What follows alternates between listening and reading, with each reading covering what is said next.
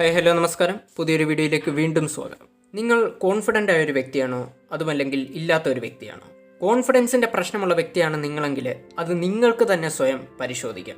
അതിനുള്ള മാർഗ്ഗമാണ് ഈ വീഡിയോയിൽ പറയാൻ പോകുന്നത്. ഒരുപക്ഷെ നമ്മുടെ ഡെയിലി ലൈഫിൽ ചെയ്യുന്ന നമ്മുടെ ഈ ചെറിയൊരു കാര്യം നമ്മൾ ചെറുതായിട്ടൊന്ന് അനലൈസ് ചെയ്താൽ മതി നമുക്ക് കോൺഫിഡൻസ് ഉണ്ടോ ഇല്ലയോ എന്നുള്ളത് നമുക്ക് തന്നെ മനസ്സിലാക്കിയെടുക്കാം. അപ്പോൾ എപ്പോഴും പറയുന്ന പോലെ ഈ ചാനൽ ആദ്യമായി കാണുന്നവർ സബ്സ്ക്രൈബ് ചെയ്യുക, നോട്ടിഫിക്കേഷന് വേണ്ടി ബെൽ ബട്ടൺ കൂടെ എനേബിൾ ചെയ്യുക, വീഡിയോ ഇഷ്ടപ്പെട്ടാൽ ലൈക്ക് ചെയ്യുക, കഴിയുമെങ്കിൽ മറ്റുള്ളവരിലേക്ക് ഷെയർ കൂടെ ചെയ്യുക.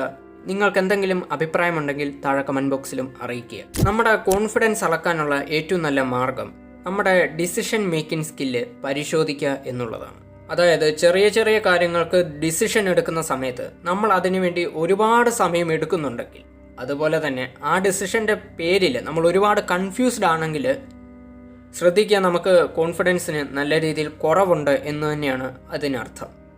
ചെറിയ ചെറിയ ഡിസിഷൻസ് കൊണ്ട് ഉദ്ദേശിക്കുന്നത് ഇപ്പോൾ ഏത് കളർ ഷർട്ട് ഇടണം, അതുപോലെ ചായ കുടിക്കണോ കാപ്പി കുടിക്കണോ, അതുപോലെ ഏത് കളർ പാൻറ് ഇടണം, ഏത് വണ്ടിയിൽ പോകണം, അത്തരത്തിലുള്ള ചെറിയ ചെറിയ കാര്യങ്ങൾക്ക് പോലും ഡിസിഷൻ എടുക്കാൻ നിങ്ങൾ ഒരുപാട് സമയം കണ്ടെത്തുന്നുണ്ടെങ്കിൽ, അതിൻ്റെ പേരിൽ നിങ്ങൾ കൺഫ്യൂസ്ഡ് ആണെങ്കിൽ ആസ് പെർ ഹ്യൂമൻ സൈക്കോളജി നിങ്ങൾക്ക് കോൺഫിഡൻസിൻ്റെ നല്ല രീതിയിലുള്ള കുറവുണ്ട്. ചെറിയ ചെറിയ കാര്യങ്ങൾക്ക് ഇത്തരം ഡിസിഷൻ എടുക്കാൻ പ്രയാസപ്പെടുന്നവർ, അതുപോലെ ഒരു ഡിസിഷന് വേണ്ടിയിട്ട് അമിതമായിട്ട് മറ്റുള്ളവരെ ആശ്രയിക്കുന്നതും കോൺഫിഡൻസ് ഇല്ല എന്നുള്ളതിൻ്റെ ലക്ഷണമാണ്. നമുക്കെങ്ങനെ പ്രോപ്പറായിട്ടുള്ള ഒരു ഡിസിഷൻ എങ്ങനെ എടുക്കാം?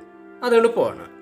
ഒരു 2 ചോയ്സ് വരുന്ന സമയത്ത് നിങ്ങളവിടെ പരിശോധിക്കേണ്ടത് നിങ്ങൾക്ക് പ്രൊഡക്റ്റീവായിട്ടുള്ള കാര്യം അവിടെ ഏതാണെന്ന് വെച്ചാൽ ആ ഡിസിഷൻ ആയിരിക്കണം നിങ്ങൾ എടുക്കേണ്ടത്, ആ ചോയ്സ് ആയിരിക്കണം നിങ്ങൾ ചൂസ് ചെയ്യേണ്ടത്. ഫോർ എക്സാമ്പിൾ, ഇപ്പോൾ 2 ചോയ്സ് വരികയാണ്.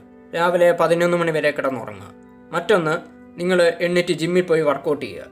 ഇതിൽ നിങ്ങൾക്ക് ഗുണമുള്ള കാര്യം ഏതാണ്, നിങ്ങൾക്ക് പ്രൊഡക്റ്റീവായിട്ടുള്ള കാര്യം ഏതാണെന്ന് വെച്ചാൽ ആ ഡിസിഷനാണ് നിങ്ങൾ എടുക്കേണ്ടത്.